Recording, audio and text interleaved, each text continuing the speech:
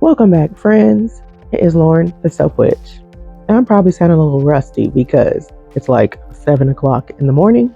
I just said I was going to stop doing voiceovers at this time, and now I'm doing a whole video. But the reason is I want to have a conversation that I rarely ever have in detail on my channel. But I just felt the need because of the specific day that it happens to be. And so 10 years ago today, it's so hard to believe it's been 10 years. I like to say that my life ended as I knew it. That sounds very melodramatic, but it indeed was melodramatic. Before I get into the actual events of that day, though, I actually want to go back further. I want to go back to August of 2014. And that is relevant because that is the month.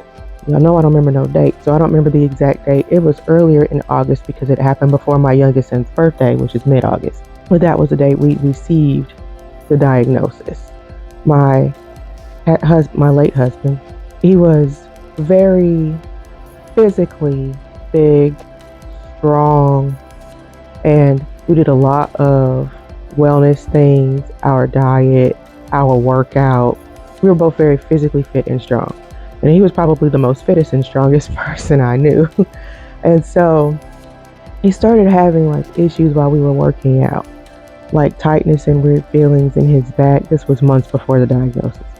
And eventually when we would go for our run, he was having trouble catching that deep breath to the point that we eventually had to stop doing our run. And then one day after we had gotten home from work, he was like, I feel some weird, strange fluttering in my chest, and that's scary to me, so I'm going to go to the ER. And he said some stupid nonsense about me not going. And I was like, after I got through laughing in his face, I got in the car with him and we took off. The whole time that he was talking about his symptoms, the constant things he was observing happening in his body, it just started filling me with a sense of worry, concern, and dread, because the fact that they were persisting regardless of what he had attempted to do himself to alleviate the issues. And we didn't have primary care physicians at the time because nothing had been wrong with us up until then, or so we thought, who knows.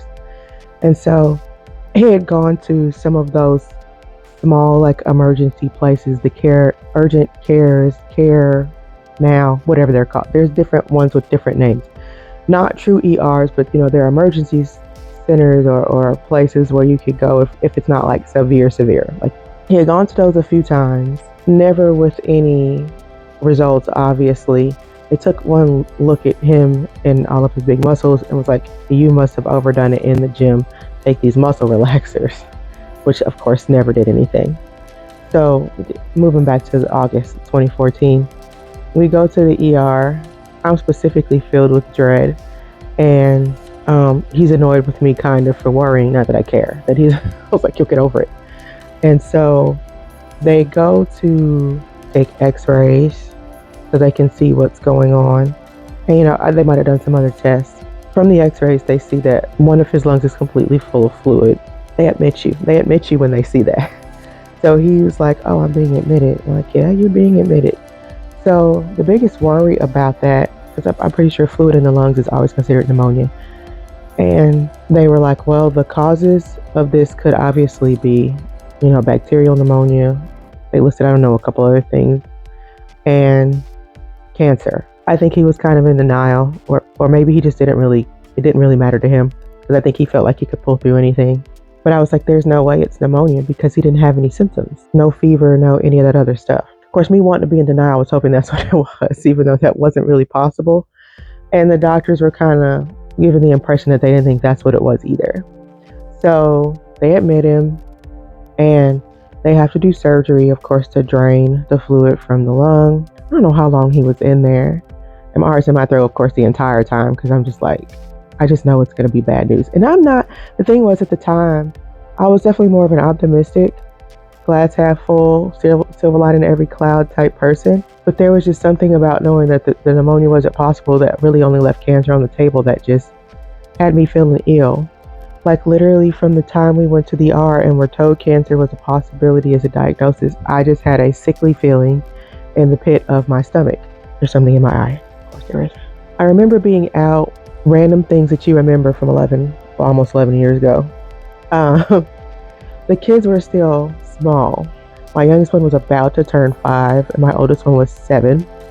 They were still doing, the Y soccer teams. And the day of the surgery, they had a soccer game, I think. We didn't really want to change a lot for them because we didn't really fully know what was going on at the time. So he was like, you need to go ahead, take them to soccer and come back and, we'll deal with it then. So I took them, and I just remember sitting there not really paying attention to the game. There was another lady that was sitting right next to me. I don't know if she had just lost her husband to cancer, but it was recent enough. And I remember her just describing her experience and just talk about heavy. I'm like, is that like, not a premonition, but whatever, of what's about to come? Like, oh gosh. So I was feeling real sick and ill to my stomach. A lot of people are like emotional eaters, where they eat, I guess, when they feel like depressed or upset. I'm an emotional non-eater. And so like when I'm like at that level of just strong anxiety and worry and everything, I can't eat. Like it is a struggle to force food into my mouth and swallow it. I don't know. It feels like I'm trying to eat like a handful of sand or something like that. It is I lost weight while he was in the hospital the first time. I think every time he was in the hospital, actually, I lost weight because it was so hard to force sustenance down my throat. So anyway, I get back to the hospital. The surgeon, and a lot of the times, surgeons apparently have a terrible bedside manner. Now, I don't know if it's been fortunate or unfortunate enough to be on the receiving end of, a surgeon's bedside manner. Probably was my second time. Not for me. I'm getting off track, ADHD. He came out, he got down on a knee because I was sitting in the waiting room. He kind of patted me, and obviously the diagnosis was grim, okay? Stage 4. If any of you have ever dealt with that, you kind of know what that kind of means. If you're diagnosing late stage cancer, it usually has a poor prognosis. I didn't understand any of that at the time. I was just feeling like I was in a tunnel, an echoey tunnel, as he sat there and gave me this very grim but he was so diagnosis. Let me stop cutting myself off. This grim diagnosis. There was cancer all over the lung. It was filled with malignancy. It was bad. And so he was just so like comforting in a way, though. I was just like, I don't know. I don't know what I expected, to be honest. Just for him to be terse and quick and walk off to his next thing. Not it. After he gave the diagnosis, I was like, that's bad, okay? And I'm just in this tunnel, and I'm just like, this can't be reality. This must be a nightmare, because you just kind of, things like this not supposed to happen to me. And so, not to say that anyone else deserves it, but most people never think it's going to be them. It was like, man, I hope he manages to make a full recovery. Not typically the diagnosis for stage 4, but I don't think any kind of cancer, definitely not lung cancer. And that was it. So I walked back through what I feel like is this tunnel to the room to wait for him to come out. We had to break the news to him that it is indeed cancer. He took all the news that they ever gave him well. He was just like, oh, so it's cancer, okay. We had just had not a spat, but, obviously I was worried that it was. And he's like, I don't care if it is. I think I had just talked to his mom the previous day to just let her know what was happening. I'm like, well, you got to call your mom and tell her, because I'm not. I think I called my parents and told them. While we're in the room just trying to digest this information and letting like the closest of our close friends know, because those are the only people we really told. I'm not big on making Facebook announcements. You might already know that if you've ever been friends with me on Facebook. So we didn't say anything there. We just told like family, very close friends. That was pretty much it. And so we talked to those people. I have one friend who always, of course, she lived down the street from us. But we are still very good friends. We're all, our whole family was friends, Her youngest child was somewhat close to ours in age. He's a little older, a couple years. We just kind of vibed. They also went to the Y. Most of our friends went to the Y. But, we came to all of our celebrations. They came to all of ours. We went to all of theirs. And so when we found out and we told them, she literally came to the wife, and sometimes she dragged like the husband or the kids, because they were all close to us. She literally came to see him in the hospital every single day he was in the hospital. Anytime we let her know that he was in the hospital. And of course, that just touched me because at this point in my life, I kind of had a struggle with people and believing that sound bad, but that people were good and that people could be trusted to keep their word and do what they said. I just had some previous life experiences that kind of led me to believe that maybe I shouldn't trust in people. And she really started to help break, I guess, that thought process up for me, that thought pattern. As well, it wasn't true. And so his oncologist came because his office was in the hospital. He came and he acted like he was looking for somebody else, actually. He was like, you're my patient? Because apparently he was about 20 years too young to have this type of lung cancer at this stage. He was like, we don't see this in people your age. So, of course, he wanted to have the findings revisited, but he was like, the surgeon is an excellent surgeon. So, but you always want to have another opinion, another eyes review it. He started talking about, all the things that we need to work on, the visits, treatments, that kind of stuff. My husband asked, no, he didn't ask yet. So finally, it felt like forever that he was in the hospital. The hospital was terrible. Like everybody there was nice. That's not what I mean. They were all great. All the nurses, everybody. But being in the hospital is terrible. If you've ever had to be there yourself or with someone else, you don't get any sleep. They have to come check your vitals like every 30 seconds. It's not every 30 seconds, but often. And it's just like all the beeping and we're like, oh, it's awful. The food is questionable. Finally, we got out of there. Kids were so young.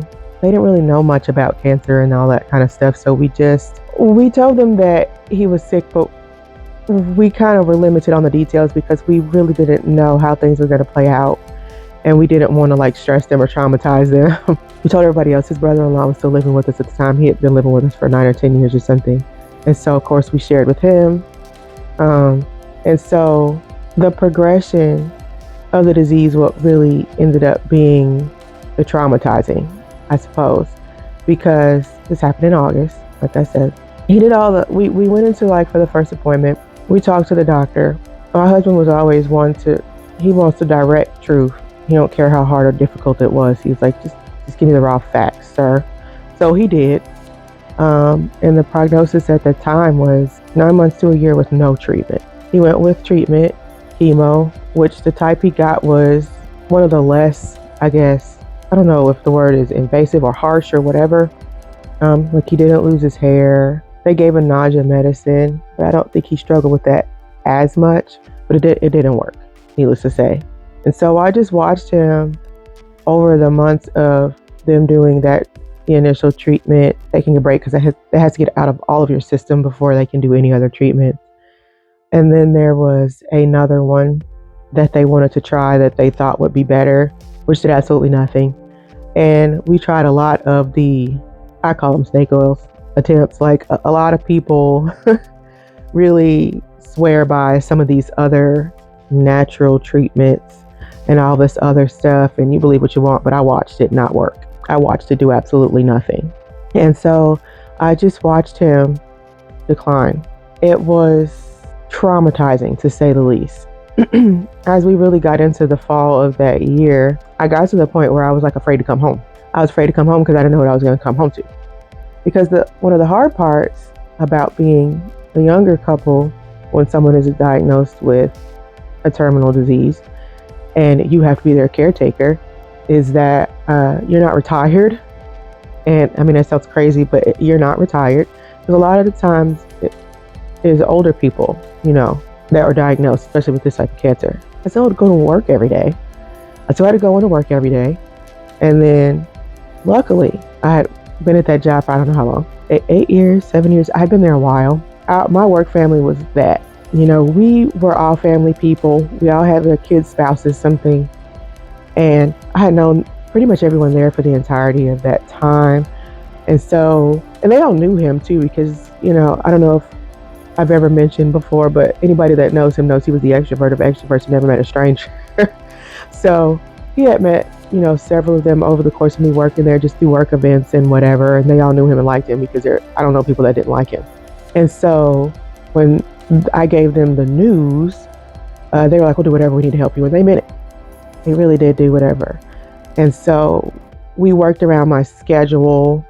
I would leave early, take him to his treatments, whatever, or take a day off if I needed. Go take him to a treatment and come back. Like whatever it was, they worked around the schedule so that I could take care of him the way that he needed. And of course, that got to be more demanding the sicker he got. I would leave, take him to treatments, what have you. I was there for every single one but one. His brother-in-law, my brother-in-law, his brother, took him to one. Just watching him become less able, less physically capable, less mobile, watching how it tore at his mental and emotional health, and the sheer level of pain that he started to experience, especially toward the end, was just unbearable, unfathomable. Yeah, I'd be scared to come home. I'd be scared to come home because I didn't know which version of him I would find. So we had an okay day today. Absolutely everything was horrid today, and it was becoming a lot less of we had any kind of good day over time. Around Christmas of that year, he went back into the hospital. Actually, it wasn't around Christmas. It was technically the day after Christmas, but it was in that early morning, so it still felt like it was Christmas. The morning we were supposed to travel. We were supposed to go to like Christmas Town is it in Virginia? Doesn't matter where it's at. Let's not haggle. We were supposed to go on this trip there.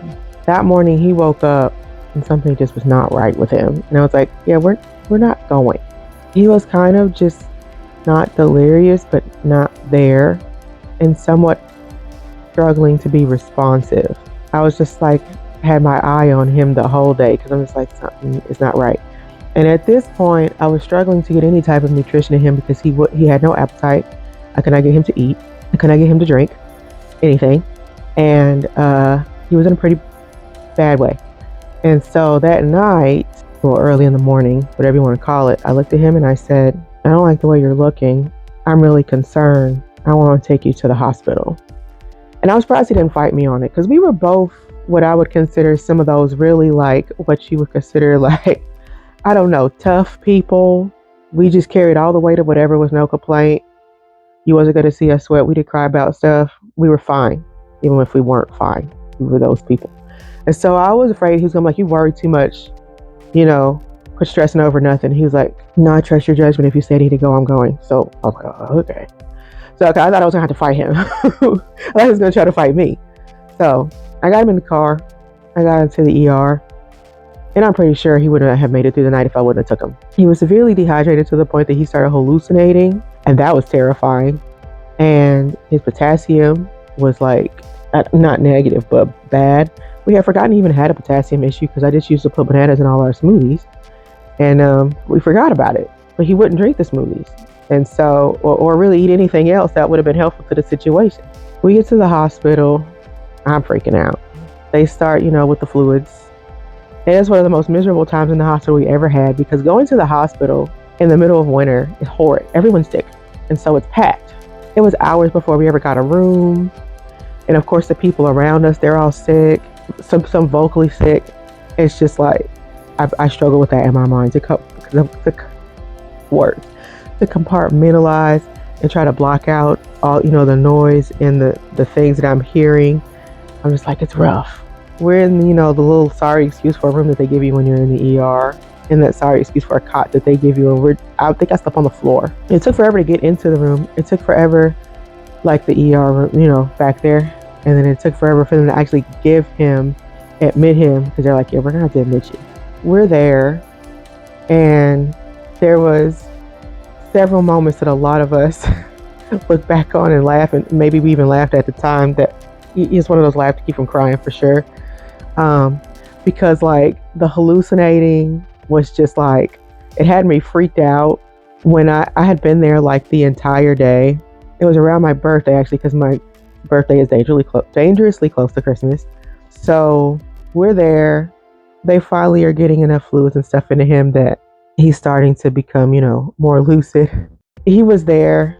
It was a little over a week, because I don't think it was till after New Year's that he actually got out of the hospital. He did slowly start to recover though, because I was utterly horrified that they were going to send him back hallucinations and all with me home. And I was like, I don't know what I'm supposed to do with that. They checked his brain and everything because, of course, the concern was that maybe it had spread there and it hadn't. Because one of his biggest fears was like losing all of his mental capacities and, stuff like that.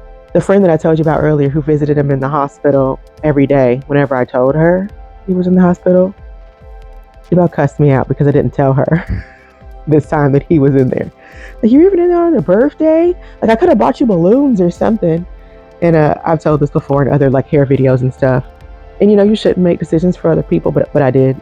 And I've said that I don't know that I would have done anything different because I don't know. It was the holidays and all that other stuff, and I just was like, it was me still being in that we can do it ourselves, we can handle this, or whatever our mindset. I don't want to impose on other people type mindset, whatever. I think I was still there. Well, we were, but we were starting to get away from there. Kind of after this, he didn't realize he was in such a bad way until we got out of the hospital, and we started reaching out for help. He started reaching out for help, just to help with his appetite so that he could, have one and try to find a way to get some strength back.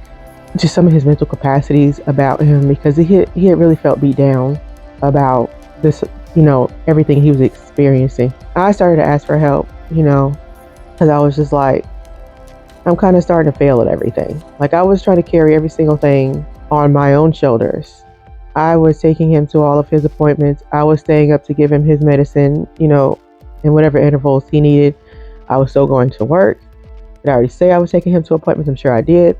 Taking the kids back and forth to school, cooking all of the meals. And after a while, I was just like, yeah, starting to just crumble and like start feeling everything, because I just didn't have the bandwidth, the capacity, or the time to try to get it all done. And so eventually, after the last treatment didn't work and he was just declining, and every time we went, it was bad news anyway, we just called the doctor and told him we didn't think we needed to come in. They had already given up on him by this point anyway, which is always a hard conversation and a hard appointment to have. They had talked to us about the prospect of hospice, but he was like, nah, not yet. He stayed home. After that, we didn't go to any more appointments. Like, we canceled all the future ones. I just watched him sort of wither away. I don't know how much weight he lost. We all, I think, that lived in the house at the time were traumatized by watching that, because we had all known him for so long before then. A good friend of ours had moved in because she had a healthcare background as far as taking care of people in home healthcare. And that was such a godsend to me. It was a mutual thing in which we were helping each other out. And then as he was declining, I was getting more and more concerned with me not being able to be there, because, as much as I know my brother-in-law wanted to help and meant well, he didn't have that background. I don't know that he would have known what signs to look for in case something wasn't right or was happening, that he was going to, my husband would need medical care.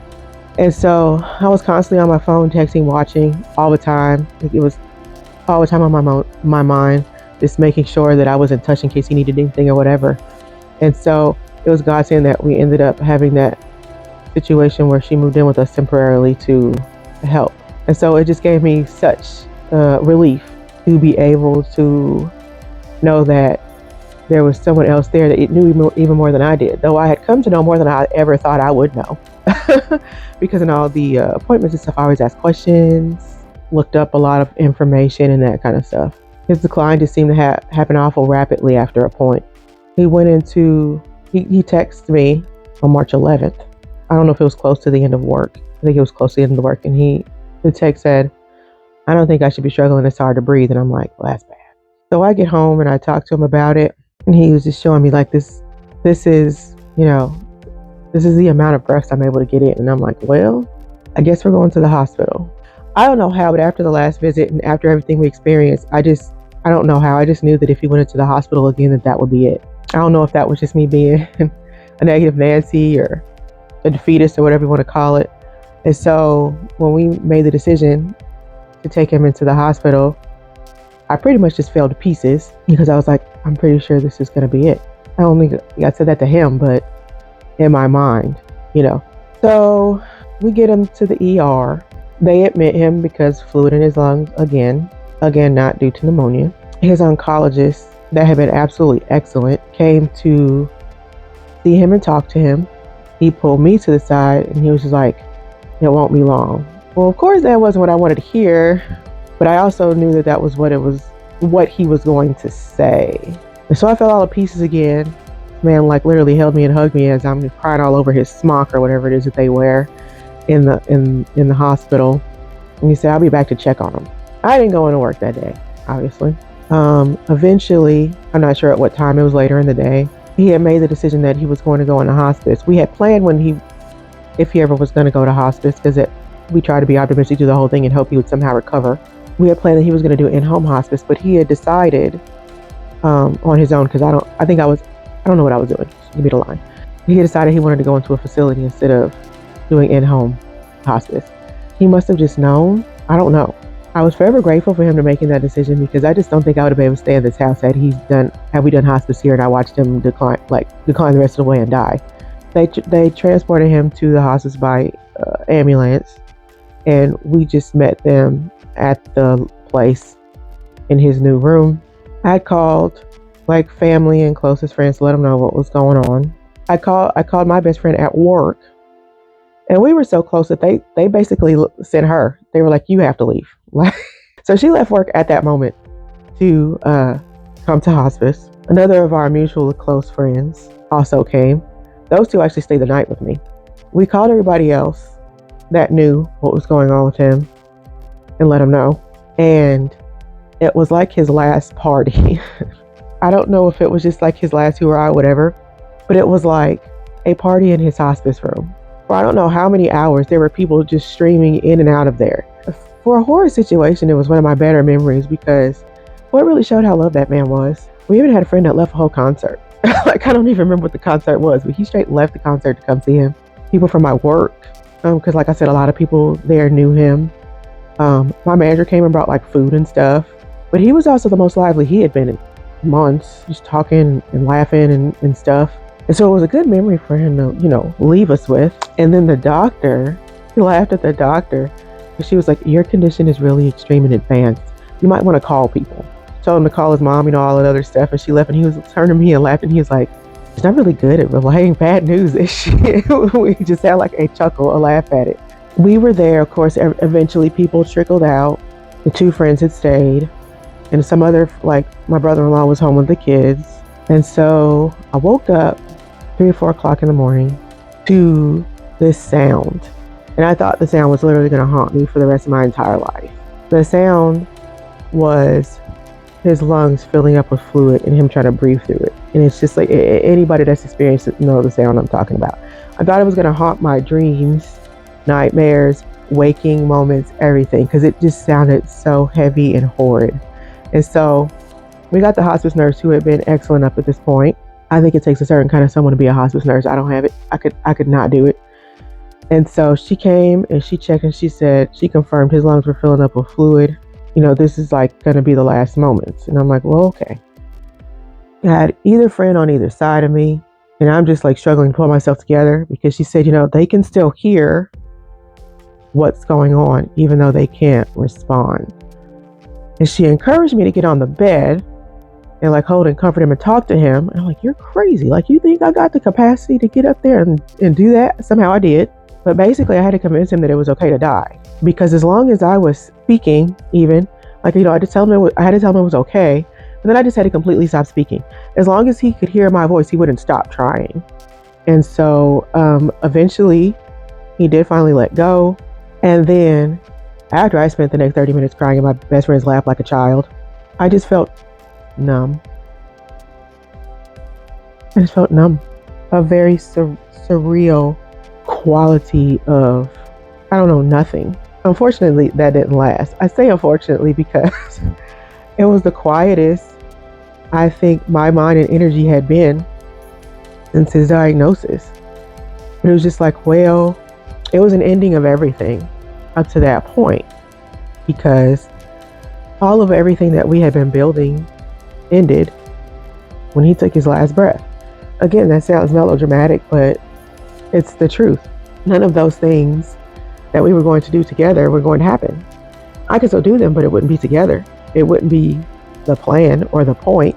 There was just me sitting with that. And so my friends that were there, a friend that cussed me off not telling her we were in the hospital.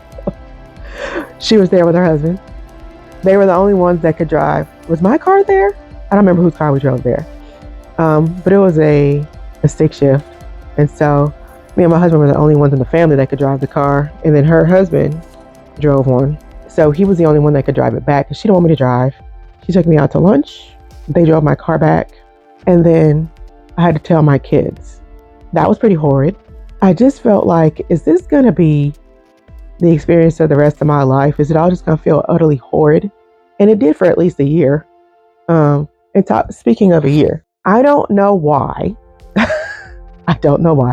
But I feel like, in general, our society at least, we have this like unspoken, we give people a year, to deal with their trauma and grief. And after a year, everybody expects you to be over it. And so I struggled through that first year, being checked out a good portion of it, to be honest, back and forth between feeling so bad that this must be a nightmare. Can I wake up from it? I think the first month at least, I kept waking up expecting to still see him. I kept, hoping that it was some kind of nightmare or a sick joke or something. And it never turned out to be any of that. Well, it was kind of nightmarish, but not in that way.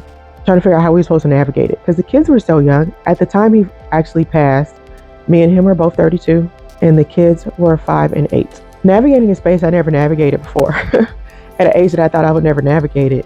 The kids, of course, were dealing with their own grief and trying to figure out how to help them navigate that grief was, I don't even know how to describe it. I mean, difficult, but that's too mild of a word. Because, they were too young to really be able to put their emotions into thoughts, like effectively. So we kind of had to guess. Because they would just start acting weird. And we're like, what's this? And it come to find out when we would dig with them, it had something to do with the loss of their father. That year, I did a really good job of being a recluse. And leaving the house was a struggle.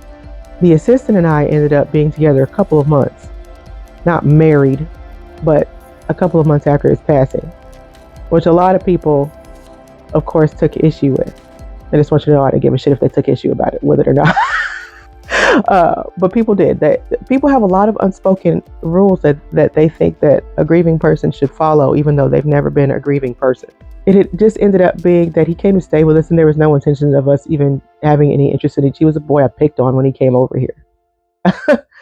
But they say it ends up being often somebody that's close to you, that you end up, I guess, trauma bonding with. I mean, I don't know what else it is. Because he was also close to our family and had been for 10 years, 9, whatever. And at the time, he just wanted to help. I was just like kind of floating along on the winds of whatever. Like I was just like, I didn't have any plans. I felt like everything was just upended and life was an upheaval and I really didn't know what to do about anything. I just went with whatever was happening. And so that ended up being something that was just happening. And so, yeah, people were their feelings about it. Some people, not all people. One of my best friends was actually really pissed off on my behalf that people had the audacity. He's still mad about it. I only know because we talked about it kind of recently. And he might have went off on an angry tangent. I'm like, is it because we're both Capricorns? Because I find myself doing that too. But he had been there through the whole ordeal, the entire ordeal, from diagnosis to literally being in the hospice at the time of death. So he was privy to things that I guess everybody else wasn't. And a lot of the people that were feeling their feelings weren't involved in any capacity or hardly at all. I felt a certain kind of way about it. And so did the people closest to me. And at the time I had what I refer to as my trifecta. And it was the two that were in hospice with me and another extremely very close, beloved friend. And they were there all the time, often. I'm just saying, you need some friends like mine if you don't have them. People that voluntarily sit with you during the hardest times are keepers. They were there. They came by often. They talked to me often, almost in an endearingly intrusive way, which I appreciate in advice.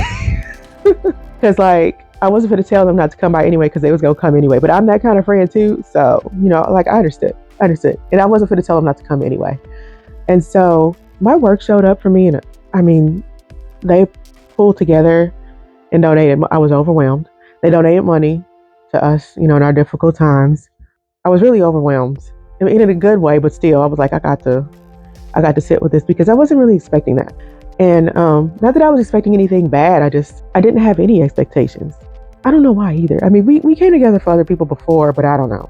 No one else had really, we had one other person who had a really big loss, and it was her son.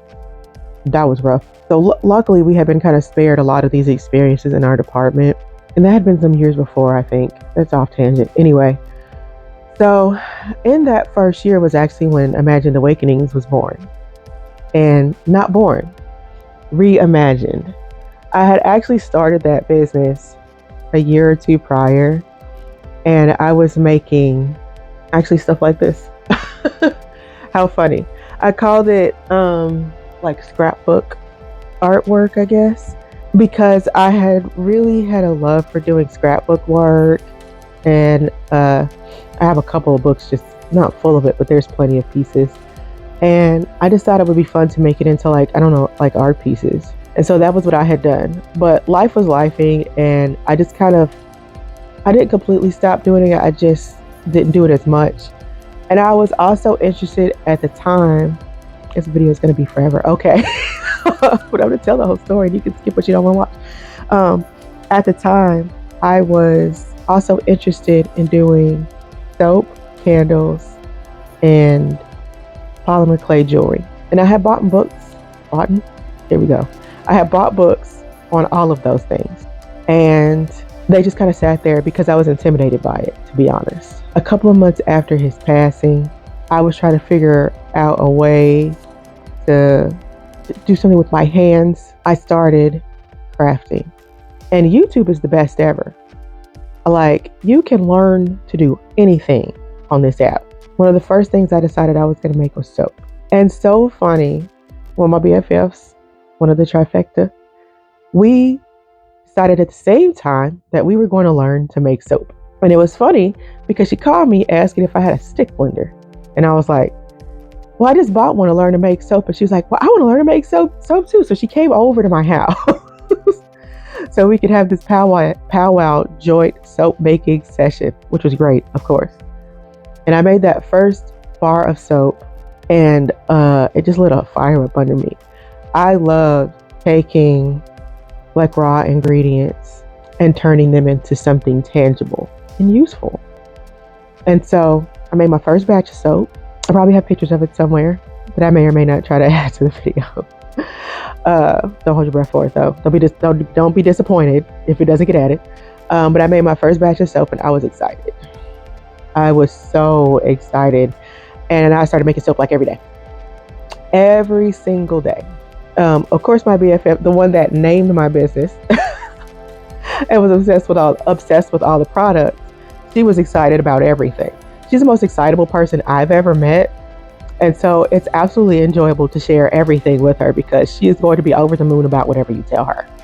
And it's contagious. Okay, so I started making soap and I fell completely in love with it. It is still my most favorite thing to make to this day. Now I've changed the method. At first I just started off with cold process because I feel like it's the easiest. I mean, you don't need to add heat. Not really.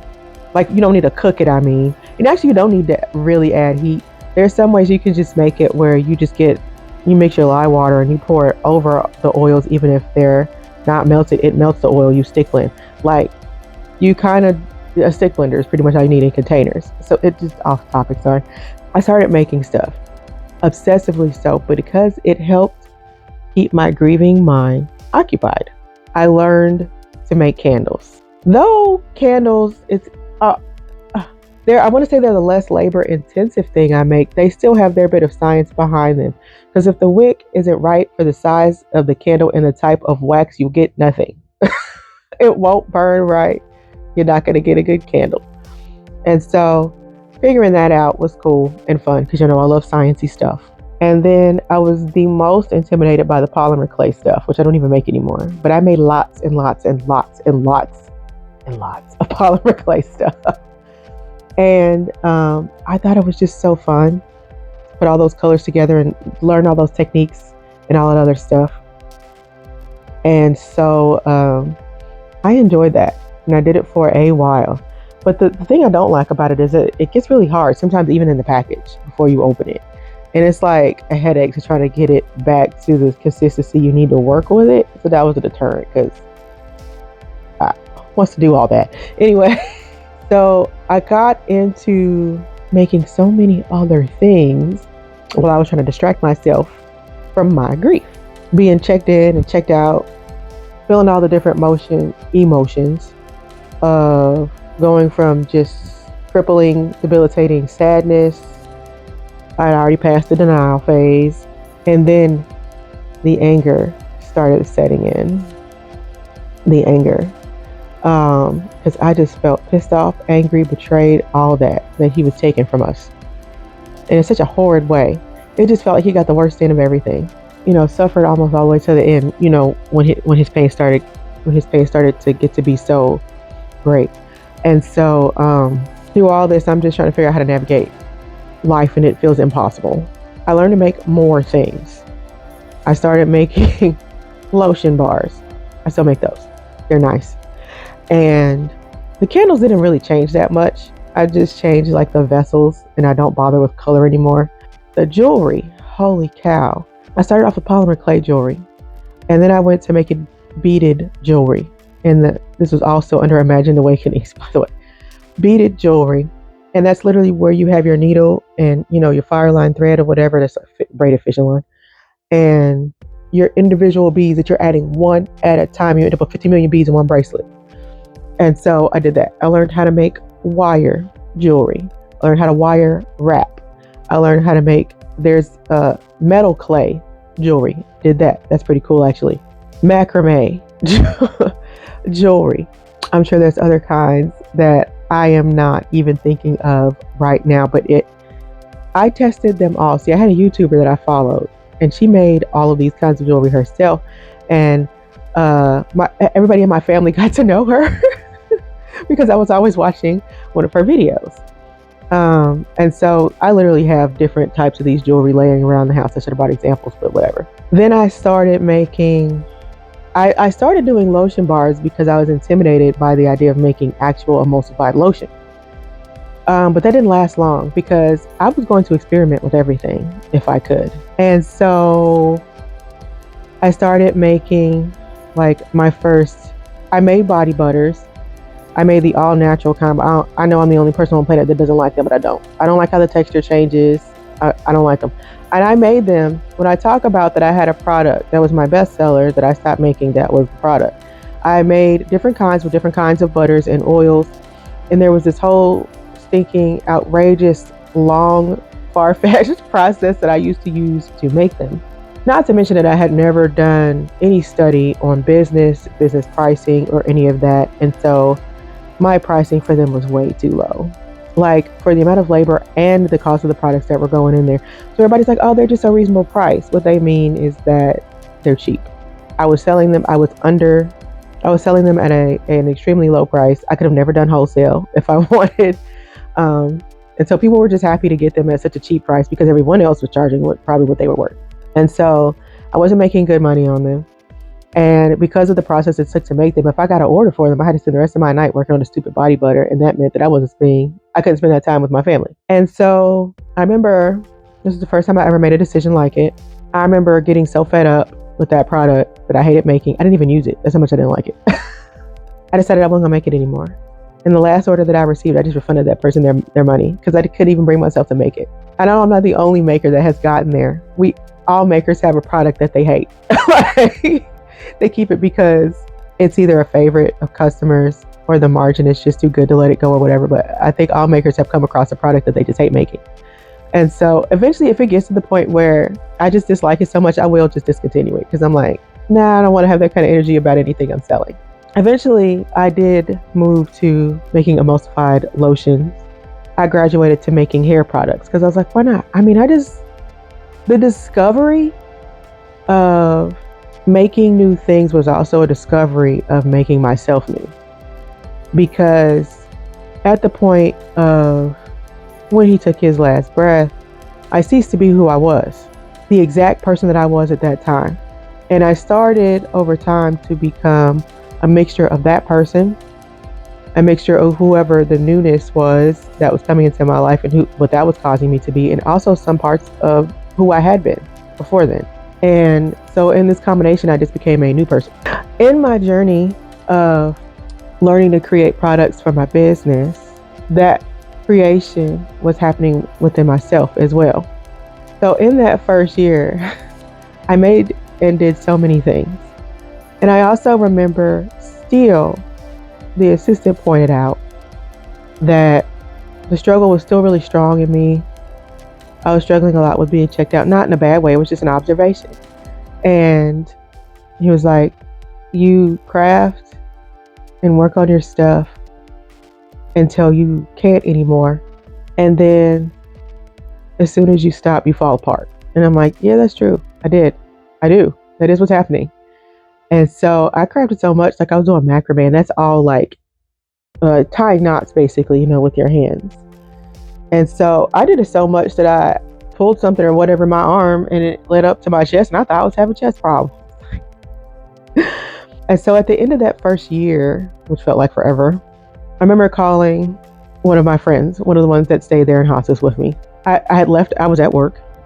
And I was just like, a year had passed. I don't think it was on the actual year date, but a year had passed. And I was completely disturbed because I was like, why do I still feel this bad?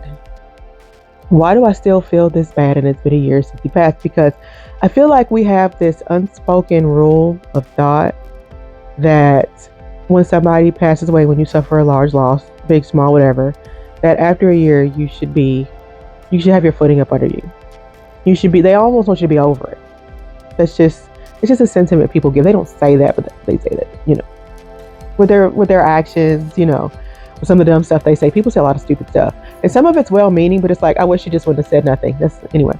So I go outside and I'm just like sobbing, and I'm just like distraught, and I'm like, I don't understand. So I call him, because I stopped being the person that's just like tough. I put it in quotes because it's not really tough. It's living in denial. I'm just gonna say. And you can't shoulder everything by yourself. It's just, we're humans and we're not meant to. And so at this point, I had started leaning on trusted people.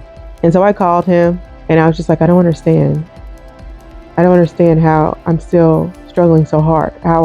Why is it still so hard? Why does it still feel so bad? Why don't I feel like I haven't made any progress? I've been told by several close, well-meaning friends that I have okay, this take two. I have unrealistic expectations when it comes to myself, which they're not wrong. He was like, I want you to sit and just think about what's happened and what you've experienced and how unrealistic it is for you to think that you should be over it in a year. I was like, okay, you may have some good points. You're smart or whatever, because he is. And you got some good points. Okay, good. Thanks for the pep talk. I mean, the conversation went longer than that and we said more words, but that was the gist of it, right? And then my manager at the time, who had also been very helpful and supportive, she was like, I think she had been trying to talk me into doing counseling. But all throughout that first year, it wasn't that I was just against counseling, but I just knew that I wasn't going to hear nothing they had to say. Like, I'm too angry. I'm too upset to hear what they have to say. And so after a year's time, I think I was at least settled enough to go talk to somebody. So she gave me a recommendation for some places. I found one. They were excellent. And so I did my first intake, but I think the person who was she was over all of it. And so I think she did everyone's first intake visit. And then after that, she decided who was the best fit for you, depending on your situation. It was the best decision I ever made at the time, up until then. Some things that I really took home with me. One of the biggest things that I took home with me was, when you have been the caretaker for someone who has died of a terminal illness, your level of trauma is different and deeper than everyone else's. It should take at least a minimum of 5 years to even begin to get your footing up under you. Her giving me that info, instead of it leaving me feel, oh my God, I can never talk. Instead of me feeling like depressed or, like it was a setback or something like that, I felt relief to know that I wasn't some strange, weird person that just was stuck in this grief situation, unreasonably so, that I was never going to get out of. But that this was going to take a lot of time. This was way different than anything I thought or considered. That it was a unique journey to each individual, and your journey may not look like somebody else's. She gave me a lot of good stuff. She gave me a lot of good stuff, helped me unpack a lot of my stuff. Because, in our society, we're taught that it's tough and strong to pack everything down and pretend like you don't have emotions and feelings. And I found the opposite is true. That the people with the most strength are the people that are willing to be vulnerable. Because, what harm can you do me if I'm already willing to experience the lowest of the worst emotions and be vulnerable in them? If I'm already willing to live my truth, no matter what that looks like. If I'm just willing to have that experience, what harm can you really do? You can't hold anything against me. You can't hold anything over my head. There's nothing. And I felt like there was a power in that. There was a power in being willing to be vulnerable. So I started really working on being in that without being like embarrassed. Because showing vulnerability and doing things like crying and sharing my real feelings, I had to work on changing my mindset that those things were weaknesses and that they were, in fact, where my power was. Even though I didn't get over it. It was also impactful. That first year was just, you couldn't pay me enough money to ever repeat it again. But it was so impactful. A lot of people kind of disappeared. I don't hold any of that against any of them. It is really hard to watch somebody walk the hardest path they've ever walked. The darkest, most painful path they've ever walked. But I had some realizations. I had some observations. I was like, that's interesting. No one, including you, acts like you think they would act. A lot of people, I would do so-and-so. I assure you don't know anything about what you would do until you're in a situation. I assure you. And so it's nothing like anything I'd ever experienced before. And the reason that I like to talk about it is because I feel like people need to understand that when you have this amount of grief, this large, what am I trying to say? It is a type of grief that does consume you. And when you experience that level of grief, it's different. There's no book that can tell you how to navigate it. No person that has any idea. Even though I've experienced it, I still don't tell anybody that I think I understand, because it may be just as hard, but their experience still isn't mine, and mine isn't theirs. And so I feel like the biggest help that I've often given to people is, this belongs to you, and you navigate it however the hell you want to, and tell everybody else to shut up. Like, straight up. They don't know. They may want to know, they may want to help, and tell people how to help them, because they need to know in what ways are actually beneficial to you. No stupid platitudes that people tell you, they're trash. Time does in fact not heal all wounds. There were so many things, and I think sometimes I sound harsh when I say them, and I don't care. But I had to become firm, and a lot of people saw that as a change into them, a negative change, because it meant that people couldn't get away with what they have been getting away with while I was checked out. Not that they were wanting to get away with stuff, but everybody experiences their grief in certain ways, and in a lot of ways we don't experience or manage grief in a healthy way. It's hard. There was a lot of struggles with people that I loved, people that loved me, and all of us struggled. I don't know a single person that did not struggle. The first year was pretty horrific, but there was a lot of growth there, and there was also a lot of good things. We started a lot of new traditions. Previously, when he had been alive, when the kids had like spring break or time off, we would just send them to daycare and go back to work. We didn't do anything as a family. We didn't really have time. That's not like to say anything negative or bad about our previous life. It's just where we were. But with him passing at such a young age, just feeling really suddenly, because the prognosis was 9 months to a year with treatment, it ended up being 7 months it was 9 months to a year without treatment. It ended up being 7 months with treatment. Nothing ever seemed like it happened as it should. And it was just really aggressive in him, even though it wasn't a type that was usually known for being aggressive. It really just made me realize how fragile life really is. We don't really have the time we think we have. I just started making very spur of the moment decisions, which was never me ever. Okay. I'm very earth signy that way. Though I don't believe all of life is about zodiac signs, I am very rooted and routine, and change was like, I don't like that. But I was like, I didn't know what else to do. So actually shortly after he passed, because the kids' spring break is usually that same month. It's usually sometime in March. Technically we're on spring break right now, actually, ironically enough. Sometimes very early April. And so it was like a week after. And so that little piddly ass 3 days they give you for bereavement was like not going to touch it. So I took a month off. I was like, now is the time. They're not going to say no. they're not going to say no to you needing that extra time off. Do it. Do something for yourself. And I did. I took the kids on our first spring break trip. Where did we go? Virginia. We went to Virginia. We went to the place where we were supposed to go for Christmas, though it wasn't Christmas. Me and my friend who was still living with us that helped take care of him while he was sick. We went, and my brother-in-law, we all went. Last minute trip. And so we went, and it was just like, it was good to get out of this energy because the house was heavy.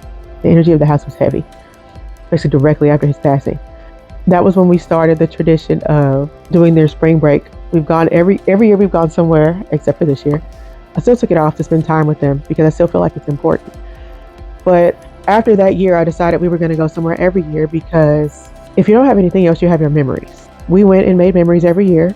They don't remember what gifts I buy them for their birthday or most gifts of what I bought them for Christmas. They remember every single spring break trip. And I also decided that I was going to do something for me. So I started going on a summer trip to the beach. I love the beach. I could just go there and stay all day. And so I started doing that. Eventually I started including them on that trip, which they loved. It was the cutest thing ever in the entire universe for them to see the beach the first time.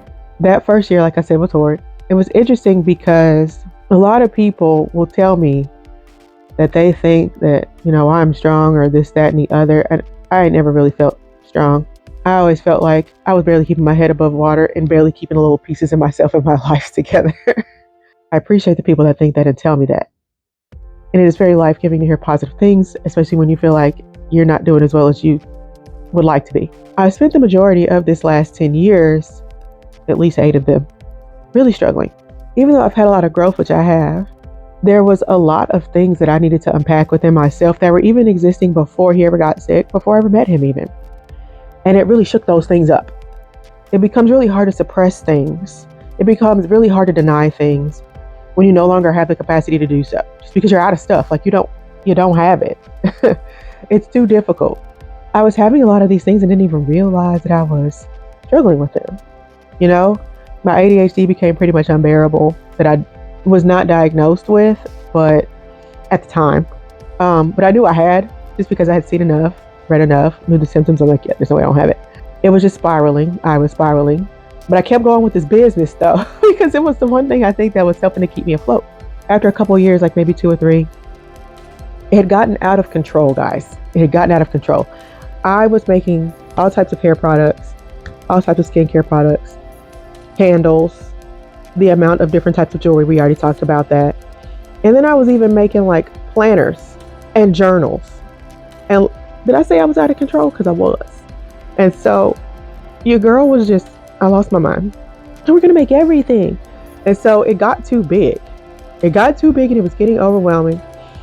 I have talked about the story of how my business got renamed. But long and short, my BFF thinks all of my projects are magical. She made a bunch of people at her house stand in line to try a product that I had at the time. When the word, of course, got back to me that she did that, which I did not question because that's how outrageous she is. I was like, madam, why did you do that? It was like, what possessed you? She was like, it's just your products are so magical. And, in her expressing how magical and great and wonderful she thought the products are, she said she had imagined me like some kind of soap witch with my cauldron of goodness, making, magic in my products. And I was like, so soap witch. Okay, I see what you did there. And since soap witch wasn't available, I went with soap witch crafts because I like to craft. I'm crafty. All things crafts are like, I want to do them. I want to try them. And it all just flowed together perfectly. And I just feel like it matched. I felt like it matched. Because I used to feel like life itself had magic in it. I used to feel like life itself was magical in itself, but I had lost that because I should feel magical now. Okay, that's where I had gotten. I felt like it just worked. And it called to me in a way to find a way to bring that magic back. And so in a month I had Soap Witch Crafts up and going on Etsy because I was an Etsy person at the time. And I had moved all of the stuff related to candles, bath and body and hair stuff over and rebranded. And it was the best decision I ever made. It made crafting, it made my business so much fun, more fun. It made having my business so much more fun. because I don't know why, but I felt like it gave me this creative license to do whatever I want and express it in the way that felt magical. And so that's how Soap Witchcraft was actually born, the short version. I really just got into it. And it enjoyed the fun of it. It was life-giving for me. And I noticed that as my business evolved, I also was evolving with it. Like, we're connected. And so the evolution of my business, I just remember looking at the labels, just as an example. And my original labels, boy, they were terrible. They weren't even labels. I remember looking at my labels, and the first ones, boy, they were terrible. And then the progression of them and how they evolved. And at first I did kind of oh gosh, what's the word? It's gonna annoy the crap out of me. They were like transparent. Okay, that's what it was. I was doing a transparent label initially. I don't know why I even went with that, but that was what I went with. Then over time, especially when I moved to Soap Witchcrafts, I just knew I wanted to change the label. I didn't want to do it the same as the way I had done them under Imagined Awakenings. And so I completely changed the way that I was doing them as far as, the look of them. And, of course, I sent them to my friend. I was like, what do you think about these labels? She was like, they're the best thing I've ever seen. I'm just saying. It's just fun just even asking her, because you're going to get the most dramatic, outrageous response, and I'm here for it. So they were the best, though.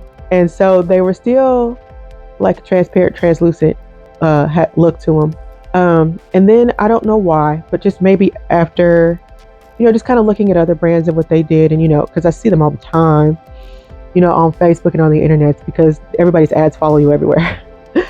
I just felt like I should just do full color, just bold full color on the labels, because I think that would just be awesome. But also I myself was starting to live more in bold full color. And it was difficult for me because I had spent most of my life wanting to hide and go unnoticed if possible. Because, in my younger years, I had been bullied to the point where my mom had to come up and threaten a little girl. And it just made me want to kind of be invisible. And I picked on a lot. I was kind of awkward. I wasn't like the other kids. I was weird. And so it led to a lot of just like bullying or people picking on me and all that other kind of stuff. And I was just like, yeah, no, never mind. I don't want to. Let's not draw attention. So I spent most of my life not drawing attention to myself or trying to avoid it. I don't know how you're going to not draw attention to yourself if you want to have a brand and promote it. It's not. Those things can't like us be in the same space at the same time effectively. I remember I joined a coaching group somewhere in there. Another one of the best decisions I ever made, because it really helped me to understand so many things about this business that I didn't know. I was like, a lot of crafters just want to make their crafts and toss them out there and hope for the best, and it's not it. They really helped me along with finding my own confidence in myself and my products, and just being willing to figure out how to put myself out there in a way that felt good, but that was also true to me and my brand. Because if it's not true to me, I just can't do it. Like, I just can't do it. And so, because I feel like it just comes out false. Like, it's obvious that I'm not feeling it. I don't know how to fake it. And I have like one of those faces that I can't control. We've talked about that. Apparently that's hereditary, because my oldest son also has a face he can't control. And so I try to find ways to merge the two together. And so it was just looking at the progression of how far I'd come, still how far I had to go.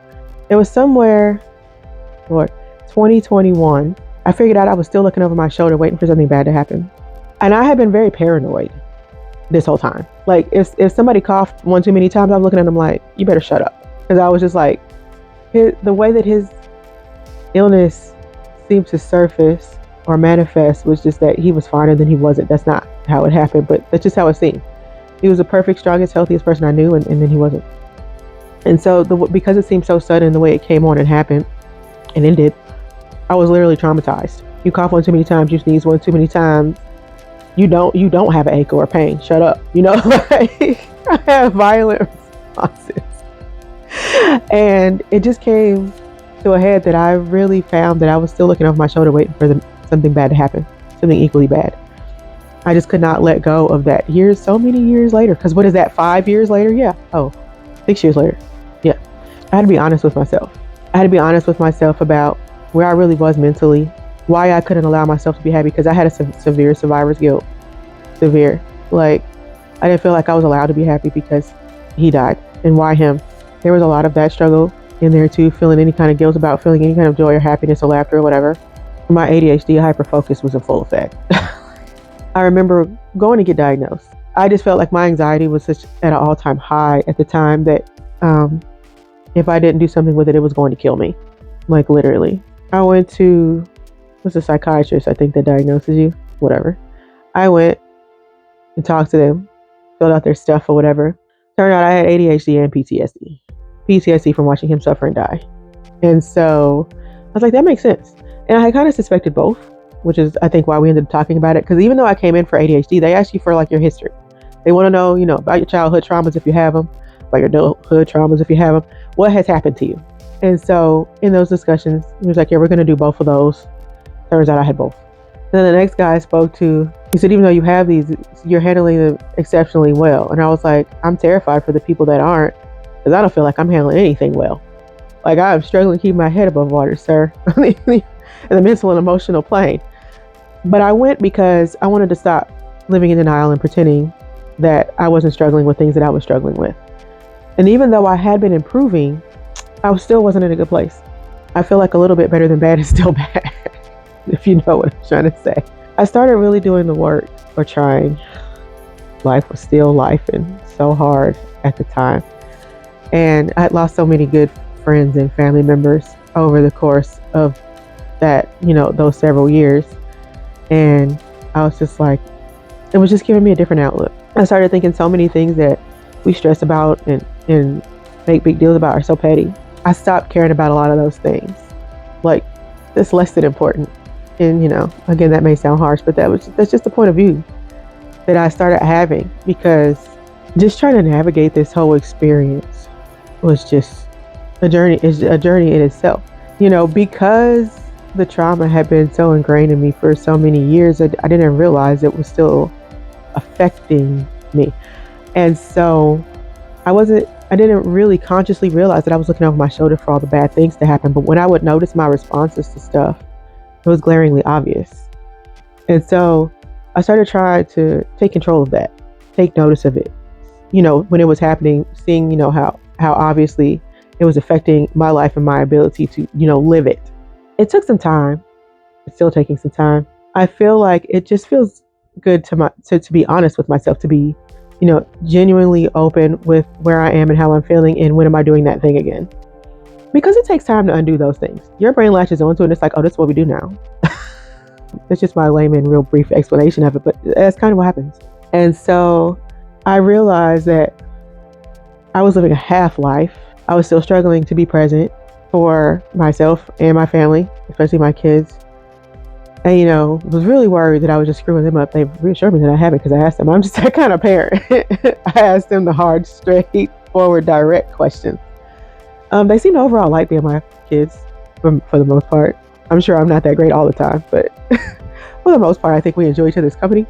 I just in the realization that 5 years, I did start to see some light at the end of the tunnel, but I really feel like it was somewhere around that 8th year. Oh, it's crazy when I say those numbers, because sometimes it feels like it was yesterday, and sometimes it feels like it was so long ago.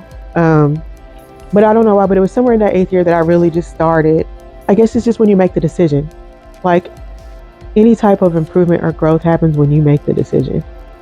And so I just made the decision. I was like, this ain't it. I can't keep living life like this. And so I found that when I made that decision for myself, again, it also kind of affected my business and how I just started to become more confident in it, because I was becoming more confident in myself.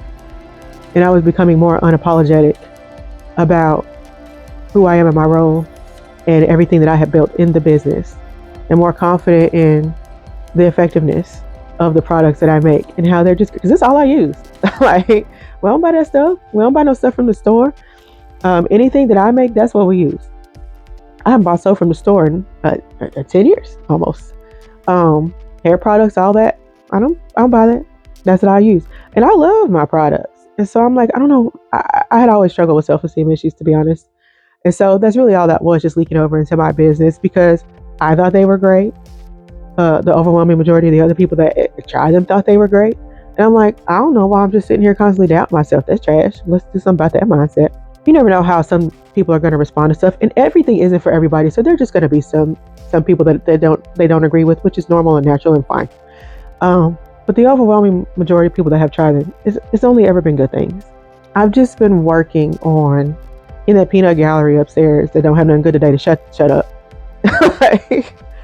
and really just replace those thoughts with life affirming thoughts. And it has definitely taken time, which I've given myself the grace of, realizing that I have unreasonable expectations for myself, and just accepting that it takes time. Those things take time. I didn't get here all in one day. I won't, make change all in one day. But I've noticed that when I give myself the grace, okay, that I would give any other person that I love and cared about, that it just seems like such a more reasonable walk. I really wanted to do it. At first I thought about going live, but I was like, yeah, let's not. But I really just wanted to make a video for the 10 year because, well, it's a decade. There's been so much growth and change over the time. Even when I didn't feel like I was making growth and change, I was still having it. It wasn't where I wanted it to be for sure, because a lot of it still feel horrible, but I was still making progress. All of that has led up to today, where I am. And I really just wanted to make this video.